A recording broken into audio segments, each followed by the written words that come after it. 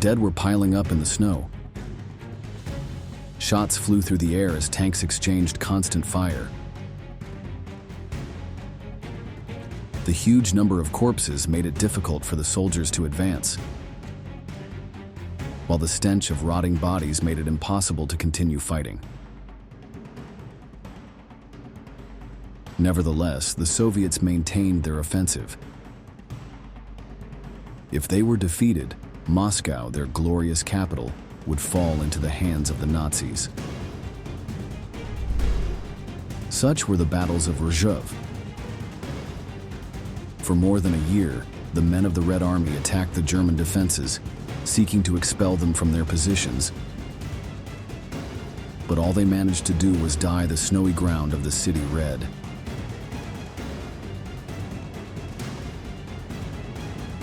There were so many Soviet dead that this place became known by the macabre name of the meat grinder. That is why today, in this new episode of Military History, we will tell you all about the clashes that took place in Rzhev, one of the bloodiest of the Second World War.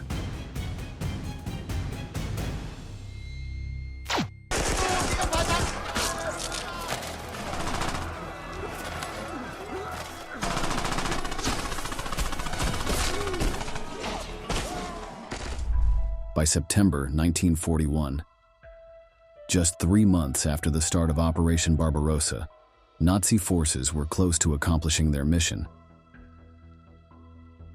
Kiev had fallen, and Leningrad was completely besieged and cut off from Soviet forces. Adolf Hitler, seeking to quickly eliminate his enemy, gave his men free rein to unleash the greatest cruelties imaginable against both Red Army soldiers and civilians.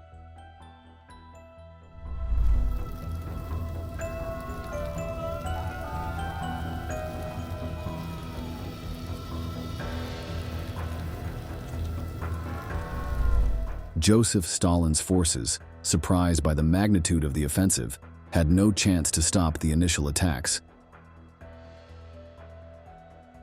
The Russian armies were mercilessly destroyed. Thousands of soldiers died in a short period of time, but this nightmare had only just begun.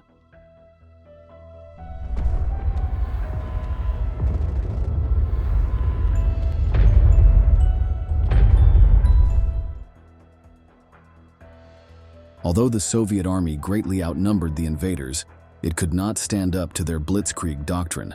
German infantry, supported by their armored vehicles and aircraft, destroyed Russian positions without slowing down their advance.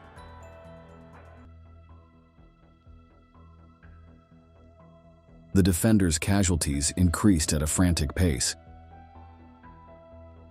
The only strategy of his generals seemed to be to send even more men to the front, but this was far from yielding favorable results. What they got in return was the deaths of tens of thousands of people.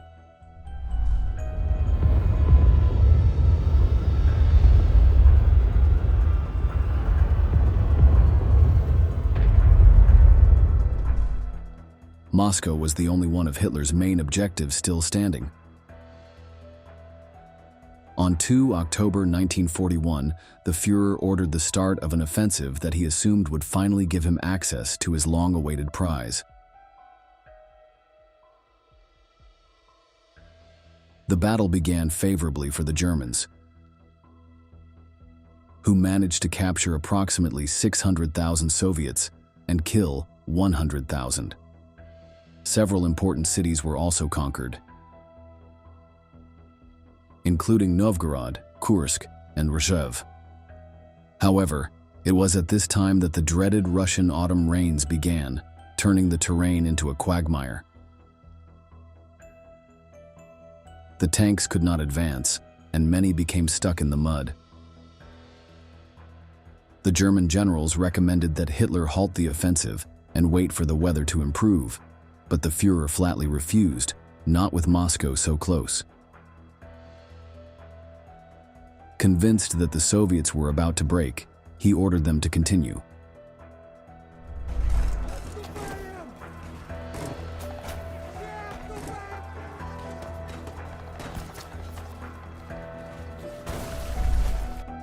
On December 2, 1941, when the Nazi armies resumed their attacks, they found it much more difficult to advance through the Moscow forests. Not only did the rain work against them, but the Soviet soldiers, defending the heart of their country, demonstrated iron will, fighting to the bitter end. Every meter gained by the Germans was paid for with the blood of their men. Taking advantage of this situation, the Red Army began an attack of its own, which was called the Winter Offensive. Now, without adequate clothing for the low Russian temperatures and discouraged by the failure of their plan, the Germans were the ones who began to drop like flies.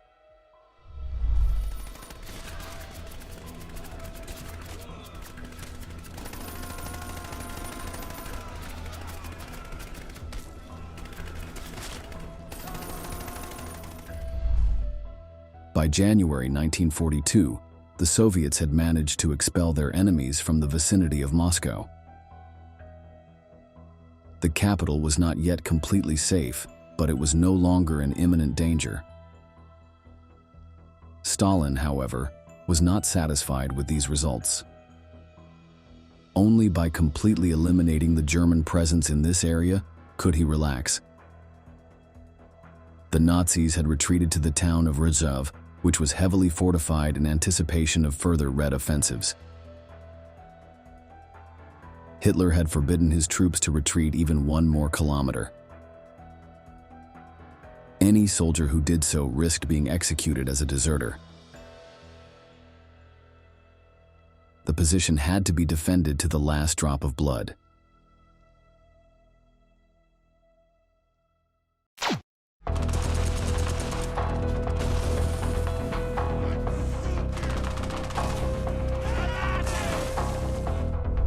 On January 8, 1942, Soviet generals gave the order to advance toward Rzhev. Hundreds of thousands of men rushed savagely against the German lines. Just as Hitler had done in the previous months, Stalin also thought that his enemy was close to breaking point, so he ordered an all-out attack.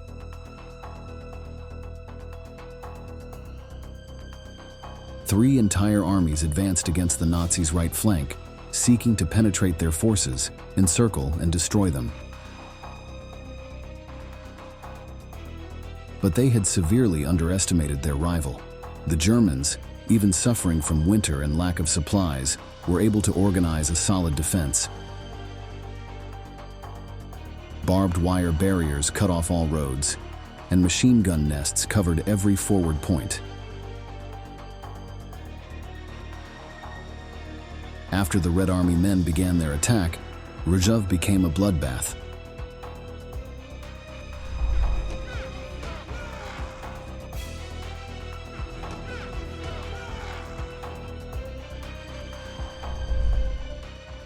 The number of Soviet dead was so great that they blocked the path of the survivors.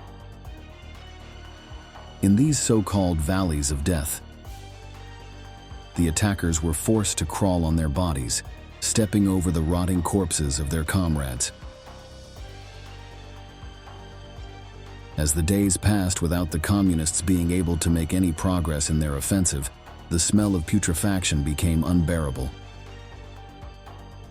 Not even the extreme cold could prevent the stench from reaching the fighters. Due to the appalling conditions, contagious diseases became very common, further weakening the Red Army soldiers. Hitler, meanwhile, ordered divisions from other battlefronts to be transferred to Rzhev to continue the fight. Little by little, the numerical superiority turned in favor of the German side, while the number of wounded, maimed, or dead Soviets only increased.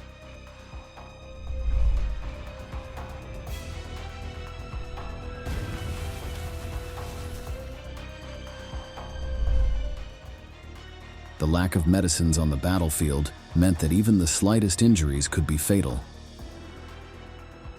Due to a shortage of resources, the sick or wounded who could continue fighting were expelled from field hospitals and sent once again to the front. Stalin's orders remained the same. Eliminating the threat to Moscow was the only priority. By the end of January, the Soviets used an entire army to launch an attack on German positions west of Rzhev. But Nazi counteroffensives succeeded in cutting off the Russian supply line, and they were able to completely encircle their enemy. The fighting in that area lasted for months and was absolutely brutal. With each passing day, the number of defenders dwindled without reinforcements, ammunition, or food being brought in.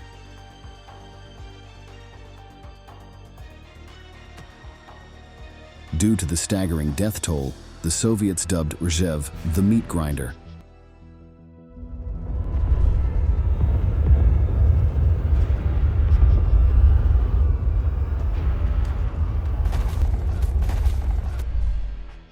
On July 2, 1942, the Germans launched Operation Seydlitz with the goal of permanently eliminating the encircled Soviet army. The marshy terrain made it difficult for either side to use tanks, but German artillery outnumbered their enemy and managed to destroy a large number of battleships. The Russians attempted counteroffensives, but their weakened state was too much, and these attacks only increased their deaths. By 21st July, the Soviets had been almost completely eliminated. They suffered 60,000 casualties, most of them killed by Nazi bullets. The Germans, for their part, lost fewer than 4,000 men. Their victory seemed assured.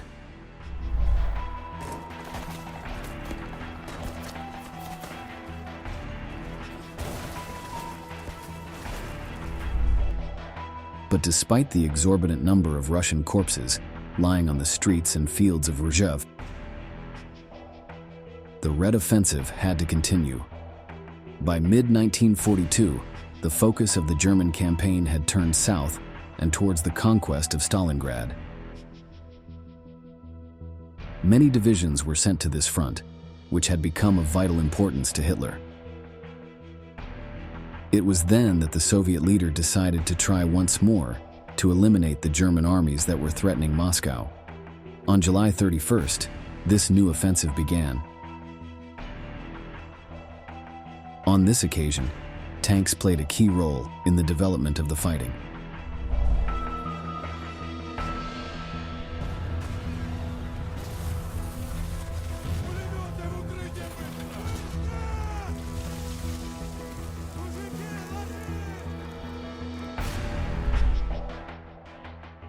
Approximately 1,500 tanks, counting those of both sides, took part in this second Battle of Rzhev. Tanks quickly exchanged gunfire, filling the air with smoke and the fields with the burning debris of destroyed vehicles. Crews who failed to escape from these steel cages were burned alive. The fighting was extremely brutal. Although his initial strategy had so far yielded no positive results, Stalin did not change it at all. He sent all his men to the front, without any kind of cover. As had happened in previous offensives, the Soviets fell like flies in front of the solid German defense, without achieving significant territorial gains. By early October, when the Soviet attack had run out of strength, the Red Army's losses almost reached 300,000. They had been completely decimated.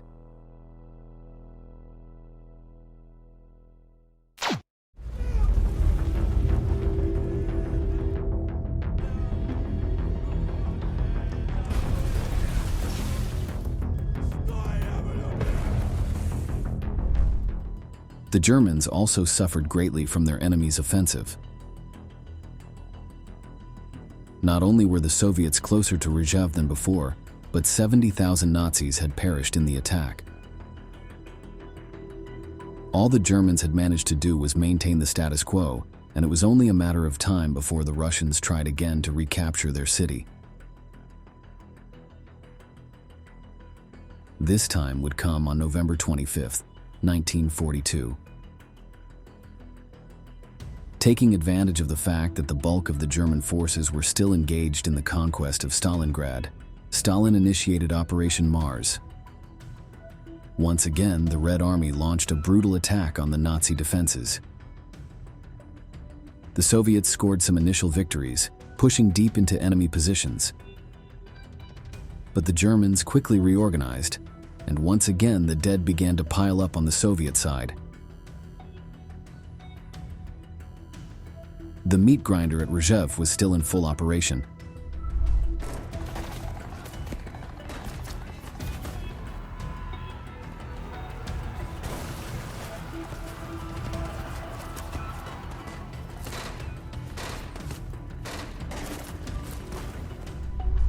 The bad weather, filled with dense fog, meant that the Red Air Force and artillery pieces were unable to support their infantry. German machine guns mowed down men in droves, while anti-tank weapons and artillery destroyed most of the Soviet battleships. While Stalin's soldiers did make some territorial gains, they were far fewer than expected. By December 20th, 1942, 500,000 Russians had been wounded or killed, and the offensive had to be called off. Only days later, the miles they had gained were once again recaptured by the Nazis. Rzhev remained firmly in their hands. But this was not the case elsewhere on the front. At Stalingrad, what some German generals had thought would be a quick campaign had turned into the bloodiest battle of the entire Second World War. Not only that, but by February 1943, when the Nazi army there was finally defeated, the balance of power began to reverse throughout the Eastern Theater. Hitler's soldiers, shocked by the crushing annihilation of their forces, retreated. The Soviets did not waste this moment. Gathering all their resources, including the millions of men in reserve, they went on the attack.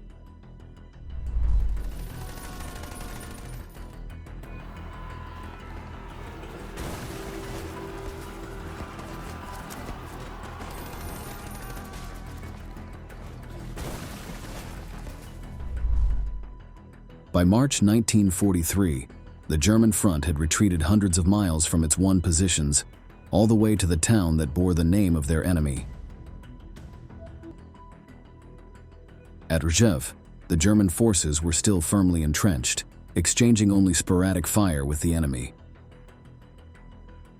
However, news of their comrades' defeat at Stalingrad and subsequent flight reached them.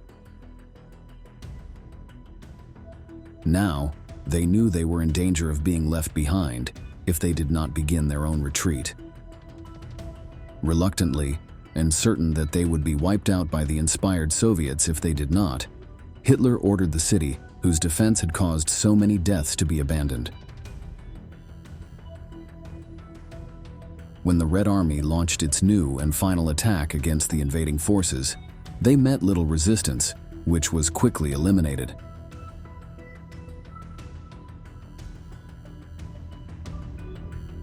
After more than a year of bloody and brutal battles, Rzhev was in Soviet hands once again.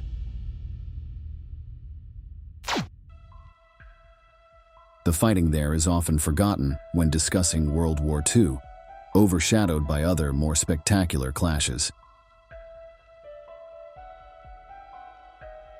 Yet this small town became the graveyard of more than 1 million Soviets. German casualties are only slightly lower. Of the 20,000 citizens who were there when the Nazis arrived, only 362 remained in Rzhev when they fled. The town was reduced to rubble, with almost all of its buildings collapsed. Its reconstruction took decades,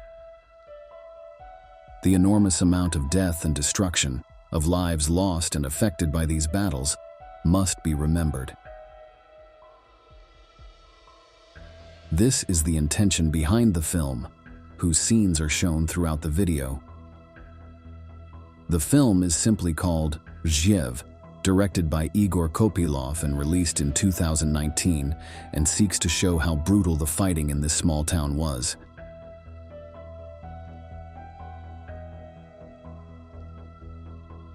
We have reached the end of this episode, and we want to ask you, did you know about the existence of these battles for Rzhev? Leave us your answer in the comments box below, and don't forget to subscribe to our channel to learn about many more military events that left their mark on history.